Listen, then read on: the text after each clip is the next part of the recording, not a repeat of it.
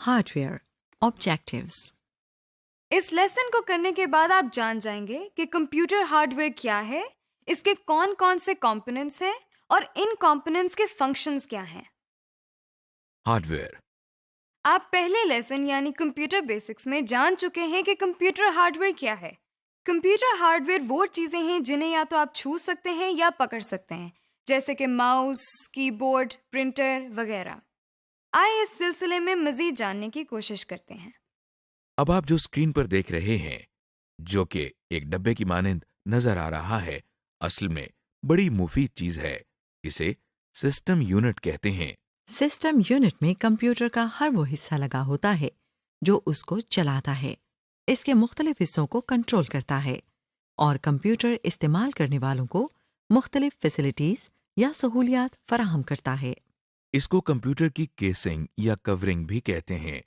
इसे केसिंग इसलिए कहा जाता है क्योंकि ये कंप्यूटर के अंदरूनी हिस्सों को ढांप कर रखता है और उन्हें हर किस्म के बैरूनी दबाव से बचाता है। आइए हम सिस्टम यूनिट को कुछ तफसील से देखते हैं। ये एक आम सिस्टम यूनिट है जो किसी भी सतह पर आसानी से खड़ा किया जा सकता है। ऐसे सिस्टम यूनिट की केसिंग को टावर केसिंग कहते हैं। हो सकता है कि आपके कंप्यूटर की केसिंग इससे मुख्तलिफ हो और इसमें लगी हुई चीजों की जगह भी मुख्तलिफ हो। सिस्टम यूनिट की सामने वाली साइड पर आपको ये कुछ पोर्ट्स, लाइट्स और बटन्स नजर आ रहे हैं। सिस्टम यूनिट पर लगे मुख्तलिफ बटन्स में से ये बटन पावर बटन कहलाता है। इस बटन की मदद से कंप्यूटर को ऑन या ऑफ किया जाता है। इसको ऑन करने के लिए इस बटन को उंगली से दबाते हैं। देखिए, अब ये कंप्यूटर ऑन हो रहा है। सिस्टम यूनिट पर लगी हुई लाइट्स ये बात जाहिर करती हैं कि कंप्यूटर चल रहा है या नहीं, और चल रहा है तो इस पर कोई काम हो रहा है या नहीं। ये एक डीवीडी ड्राइव है। डीवीडी रोम सिस्टम यूनिट के इस हिस्से में डालकर इस्तेमाल की जाती है। डीवीडी रोम के बारे में आप पहले ही जान चुके हैं। इसके नीचे लगे हुए छोटे से बटन को दबाने से इस ड्राइव का ट्रे बाहर आ जाता है। सीडी या डीवीडी को डीवीडी ड्राइव की ट्रे पर इस तरह रखा जाता है और दोबारा इसी बटन को दबाने से डीवीडी ड्राइव के अंदर इंसर्ट हो जाती है। डीवीडी को ड्राइव से बाहर निकालने के लिए भी यही बटन दबाया जाता है। इसको दबाने से ट्रे बाहर आ जाता है और हम डीवीडी उठाकर बटन दोबारा दबा देते हैं, जैसा कि आप देख रहे हैं। यूएसबी डिस्क या फ्लैश डिस्क भी आपके लिए कोई नई चीज नहीं है। इसे भी इस्तेमाल के लिए सिस्टम यूनिट के मुख्तलिफ हिस्सों में लगाया जाता है, जिसे यूएसबी पोर्ट कहते हैं। इस वक्त आप सिस्टम यूनिट की बैरूनी साइड पिछली तरफ से देख रहे हैं। जिस तरह टीवी और दीगर बिजली से चलने वाली अशिया को बिजली के सॉकेट्स में लगाया जाता है, कंप्यूटर को चलाने के लिए भी बिजली की जरूरत होती है। लिहाजा सबसे पहला सॉकेट जो आप इस वक्त देख रहे हैं वो कंप्यूटर को बिजली फराहम करने के लिए ही इस्तेमाल होता है। इसको पावर कनेक्टर कहते हैं। वो तार या केबल जिसके जरिए कंप्यूटर को बिजली फराहम की जाती है, इसको पावर केबल कहते हैं।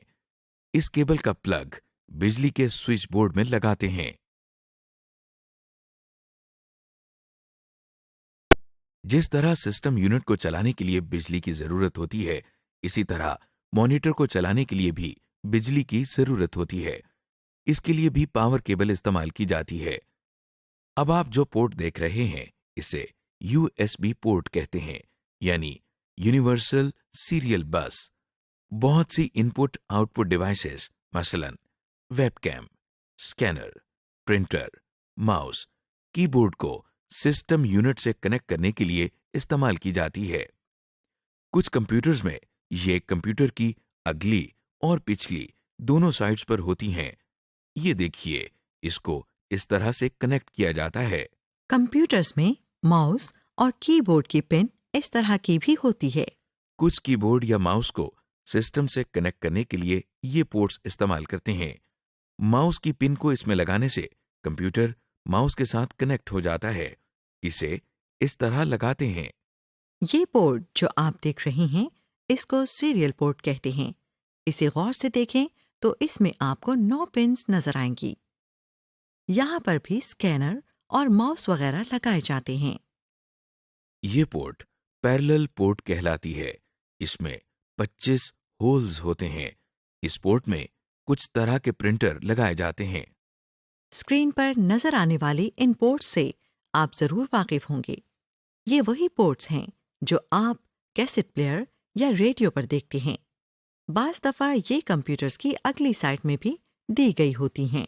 इनको पिन सॉकेट्स कहा जाता है और कैसेट प्लेयर की तरह कंप्यूटर में भी ये स्पीकर्स या माइक्रोफोन्स लगाने के लिए इस्तेमाल होती हैं। बास स्पीकर यूएसबी पोर्ट के जरिए भी सिस्टम के साथ कनेक्ट किए जाते हैं। इस वक्त आप जो पोर्ट देख रहे हैं, ये भी एक पैरेलल पोर्ट है। इसमें मॉनिटर की वायर कनेक्ट की जाती है। जी जनाब, उम्मीद है आपने सिस्टम यूनिट की पोर्ट्स और कनेक्टर्स को पहचान लिया होगा। अभी तक आपने सिस्टम यूनिट के बैरूनी हिस्से को जाना है। आइए अब हम इसके अंदरूनी हिस्से को भी देखते हैं। सिस्टम यूनिट के अंदर जहां हार्ड ड्राइव और डीवीडी रोम लगाई जाती है, इस हिस्से को ड्राइव बे कहते हैं। अगर आप सिस्टम यूनिट के आखिरी हिस्से में देखें तो आपको एक छोटा सा डब्बा नजर आएगा। इस डब्बे को पावर सप्लाई कहते हैं क्योंकि इसके जरिए कंप्यूटर के तमाम हिस्सों को बिजली फराहम की जाती है। आप देख रहे हैं कि पावर सप्लाई से निकलकर कुछ तारें एक बड़े से बोर्ड की तरफ जा रही हैं। ये तारें कंप्यूटर के मुख्तलिफ हिस्सों को बिजली फराहम करती हैं। हर डिवाइस के साथ कुछ तारें लगी होती हैं। ये तारें सिस्टम यूनिट में लगे हुए एक बड़े से बोर्ड में जाकर लगती हैं। इस बोर्ड को मदरबोर्ड कहते हैं। इसे मदरबोर्ड इसलिए कहा जाता है क्योंकि ये कंप्यूटर के मुख्तलिफ हिस्सों के दरमियान ताल्लुक कायम रखने का काम करता है। मदरबोर्ड पर मौजूद इन मकामात को स्लॉट्स कहा जाता है। मदरबोर्ड में ही आपको छोटे छोटे बोर्ड्स नजर आ रहे हैं। इन बोर्ड्स को इंटरफेस कार्ड्स का नाम दिया जाता है। इनको मदरबोर्ड के स्लॉट्स में लगाया जाता है और जरूरत न होने पर निकाला भी जा सकता है।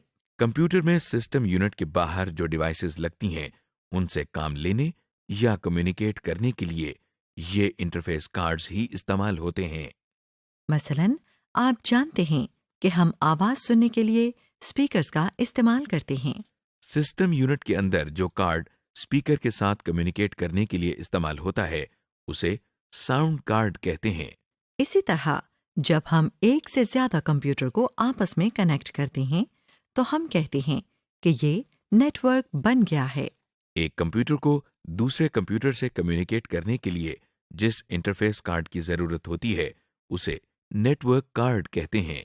अब आप मदरबोर्ड पर लगी जिस डिवाइस को देख रहे हैं, वो प्रोसेसर कहलाती है। इसे कंप्यूटर का दिमाग कहते हैं। जिस तरह इंसान का दिमाग उसके तमाम अफ़ाल को कंट्रोल करता है, इसी तरह कंप्यूटर में होने वाले हर काम के लिए हिदायत सिस्टम यूनिट में लगा ये प्रोसेसर ही फराहम करता है। प्रोसेसर के ऊपर एक छोटा सा पंखा लगा हुआ है जो प्रोसेसर को ठंडा रखने के लिए इस्तेमाल होता है, क्योंकि जब कंप्यूटर इस्तेमाल होता है तो प्रोसेसर गर्म होता रहता है और अगर इसे ठंडा ना किया जाए तो ये खराब हो सकता है। रैम चिप्स, जिसके बारे में आप पहले ही जान चुके हैं, ये भी मदरबोर्ड पर ही लगती हैं। मदरबोर्ड पर जिस जगह रैम चिप लगाई जाती है, इसे रैम की स्लॉट्स कहते हैं। आपने सिस्टम यूनिट के बारे में एक मुख्तसर सा तारुफ देखा। इससे पहले हम इनपुट और आउटपुट डिवाइसेस के बारे में भी पढ़ चुके हैं। आइए देखते हैं कि ये सारी चीजें मिलकर किस तरह काम करती हैं। आप कंप्यूटर को जो भी डेटा इनपुट करते हैं, वो सबसे पहले मेमोरी में जाकर टेम्परेरीली स्टोर होता है। फिर ये डेटा मेमोरी से प्रोसेसर में जाता है और प्रोसेसिंग होती है। फिर जो रिजल्ट्स निकलते हैं वो मेमोरी में स्टोर होते हैं और साथ ही आउटपुट डिवाइसेस के जरिए डिस्प्ले होते हैं। और साथ ही अगर हम चाहें तो किसी सेकेंडरी स्टोरेज डिवाइस यानी डिस्क्स वगैरह पर स्टोर भी कर सकते हैं। इस तरह हम कंप्यूटर से बहुत से मुफीद काम ले सकते हैं। समरी। इस लेसन में हमने कंप्यूटर हार्डवेयर के दीगर अहम हिस्सों के बारे में मालूमात हासिल की, मसलन सिस्टम यूनिट और इसके सामने लगी लाइट्स और बटन्स। फिर हमने देखा कि सिस्टम यूनिट के पीछे कौन कौन सी मुख्तलिफ पोर्ट्स होती हैं, जिसमें serial ports, parallel ports, USB और कुछ पिन सॉकेट्स शामिल हैं। इसके बाद हमने देखा कि ड्राइव बे क्या होता है और उसके अंदर मुख्तलिफ स्टोरेज डिवाइसेस कौन सी लगती हैं। आपने सिस्टम यूनिट के अंदर लगी पावर सप्लाई को देखा। फिर आपने मदरबोर्ड और उस पर लगी दूसरी चीज़ें, cards, slots, RAM slots, processor और उस पर लगे फैन को देखा।